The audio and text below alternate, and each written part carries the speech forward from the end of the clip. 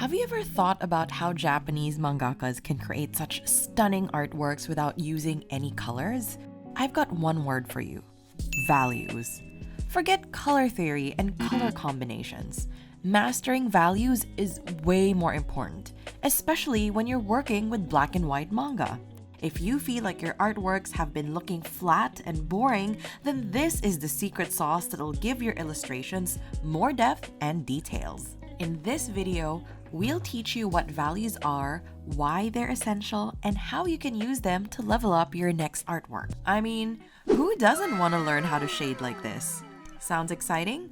Well, make sure to stick around until the end. If you're stuck and currently struggling with how to design your own original characters and move forward with your manga, then we invite you to book a free consultation call with us. We'd love to see how we can help. The link is in the description. If you Google the word value, you'll get a lot of definitions. But for this video, we're going to be concentrating on the last definition on this list. Value is basically just a technical term for how dark or light a color is. If you weren't aware of this, don't worry.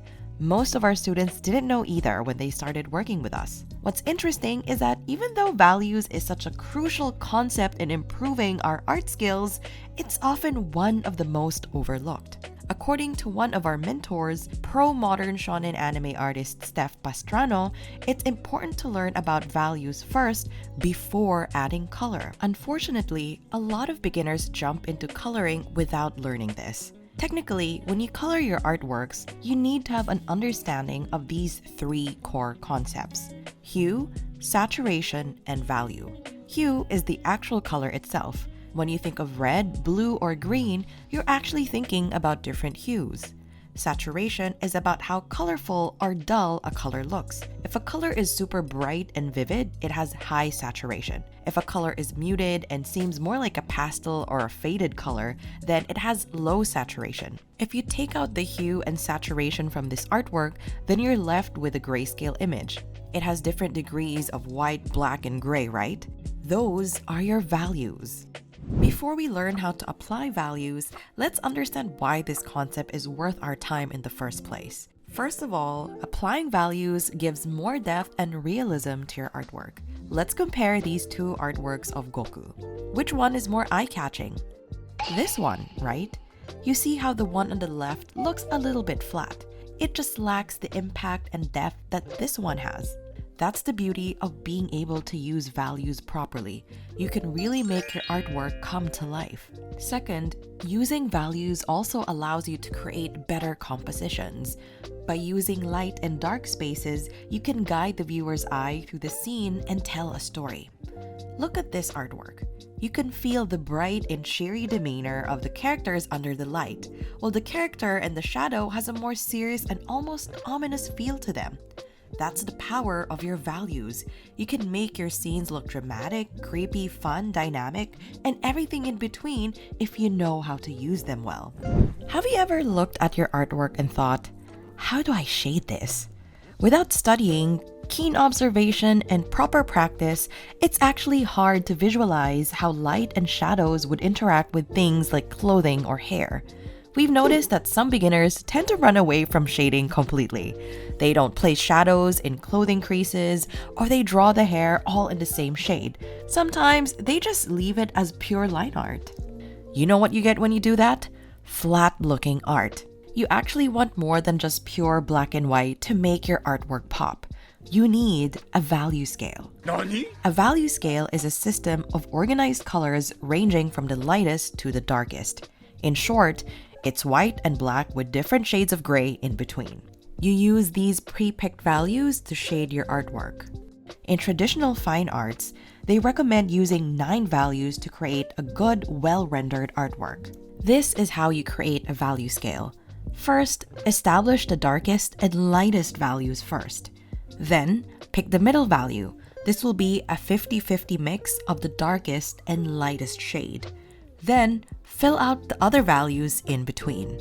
Having a value scale will make things easier, but it doesn't mean that you'll be able to nail the shading right away. One of our students submitted this artwork and said, I struggled with the values, especially on the clothes. I still have some difficulty distinguishing which areas the light actually hits and to what degree do I make the shade lighter and darker. The struggle is real. It takes a ton of practice to truly get comfortable working with your values. And when you're a beginner, thinking about how to shade your artwork can actually be quite overwhelming. If you're new to this, the key is to start simple. Our mentor Steph actually recommends just using a 3 or 4 value scale to practice. If you're working with small value scales, the contrast between your values should be much clearer. Once you can master this, then you can add more values later. Have you ever finished shading your artwork but still felt like it looked too flat? You've put the highlights and shadows, but it still doesn't look as good as other artworks you've seen. And you think to yourself, what am I doing wrong? Well, it's probably because you're using too many midtones. We call this the Midtone Overkill. Let's look at the sample artwork.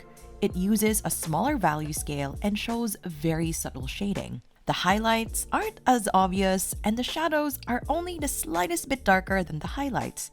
If you check the values being used, they're all midtones. This is what's making your artwork seem flat. The key to giving your artwork more depth is by adding shades with higher contrast. Look at this artwork. Doesn't it look more 3D with the stronger values? If you're not used to this, it might be scary to add darker shades at first. Like, oh my god, what if I mess this up? What if I make it too dark? And these worries are all totally valid. I know it's scary to make a mistake on something you've worked really hard on, but you can definitely get better with proper practice. The darker shadows and brighter highlights will accent your artwork and truly make it pop. Here's how you practice. First, pick a reference photo of something you'd like to draw. We recommend you start with a photo that has clear contrasts with strong shadows. Next, apply a black and white filter. If needed, you can turn up the contrast so you can clearly see the lights and shadows. Next, try copying it. Create a value scale and use that in shading your artwork. You can use an anime or manga reference, but we also recommend practicing from real-life images as well. At the end of the day, anime and manga are just simplified versions of real-life images.